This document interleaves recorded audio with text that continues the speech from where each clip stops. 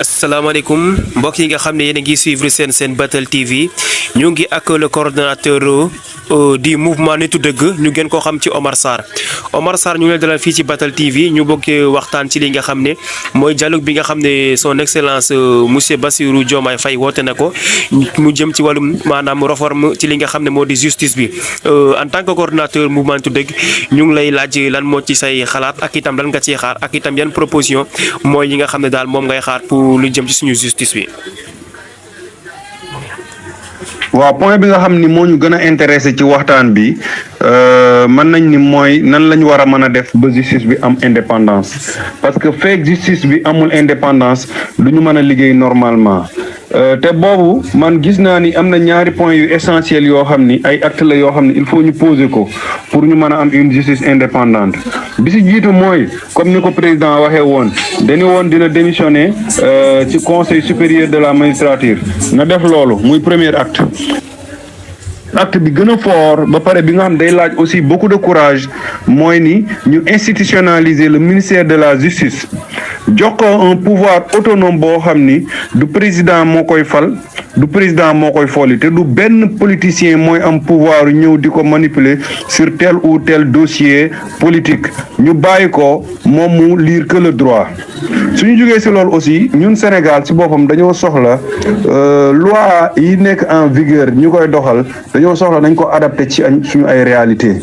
ñun am nañ ay culture am nañ ay diine yoo xam ni am na nu mu bëggee mbir bi te vraiment pour un pays de 99% de croyants je pense pas que war nañu mën a jël leen loi yi di ko doxal ci dëkk bi alors que amul benn religion boo xam ne d'accord na loolu te justice mënul ñëw nekk diine ci kaw suñu diine yi donc nañu fexe ba adapté loi yi ci suñu réalité religieuse yi suñu réalité aussi socio-culturelle yi suñu jógee si loolu am na benn point boo xam ne bu ma gën a si dugg muy ni l'approbation de l'article 98 yi ma lay wax nii yëpp bu ñu ko defee te continuer di maintenir article 98 bi nga xam ne dafa wax ni. waaw article 98 boobu ñëwoon ñu ci ñu mën a xam li lan la wax ak itam lan nga ciy xaar. 98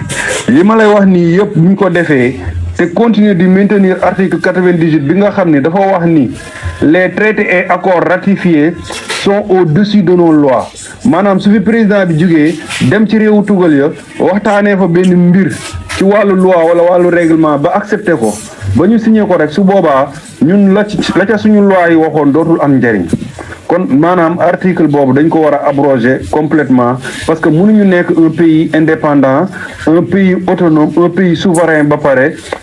di demee ak article 98 bi nga xam ne maanaam waa bitim réew lépp lu ñu décider ci ñun rek day valable même bu fekkee ni dafa nekk en porte-à-faux avec loi yi fi jot a nekk loolu lu ñu war a xoolaat la. waaw ñu leen di xamal rek ba léegi ñu ngi ak le coordonnateur Omar Sarr fii ci Batel TV. ñu tuddee le conseil supérieur de la nation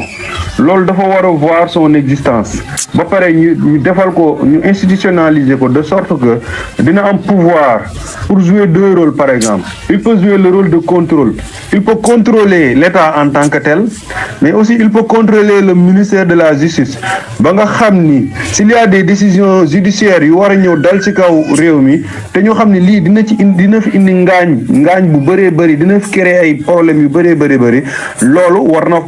mën a am institution bu taxaw toog ak ministère de la justice toog ak magistrat yi ñu def médiation waxtaan nan lañ ko mën a defee pour l'intérêt supérieur de la nation loolu c'est important mais aussi conseil supérieur de la nation boobu day nekk beneen avantage pour permettre à nos chefs religieux pour permettre à nos chefs coutumières et cetera ñu mën leen boole ci benn institution boo xam ni aussi dinañ am pouvoir mu mel ni pouvoir bi député yi am wala bu ko ëpp sax boo xam ne nii dinañ mën a exercer parce que ñun gis nañ ñoom résultat bi ñu def ci réew bi Sénégal pays de la teranga la Sénégal pays social la pays de dialogue la et c'est un pays boo xam ne nii il y a la cohésion sociale te loolu ñu ko fi liggéey vraiment pour man war nañ leen institutionnaliser dooleel leen ñu gën a mën a continuer seen liggéey parce que jamono ji gis nañ ni ñu ngi leen di doyadel ci côté bu nekk fii ci réew bi souvent nga gis sax nit génn ci réseaux sociaux yi di leen saaga directement te loolu vraiment war nañ créer ay loi wala ay institutions yoo xam ne ñoo leen di protéger. waaw mu nekkit lu am solo suñu gan nag nekkoon Omar Sarr coordonnateur mouvement Nittu Dëgg dégg ngeen comme ni nga ko waxee rek kon ñu ngi la jaajëfal bu baax a baax te di leen wax rek ne continuer leen di seetaan seen série bi nga xam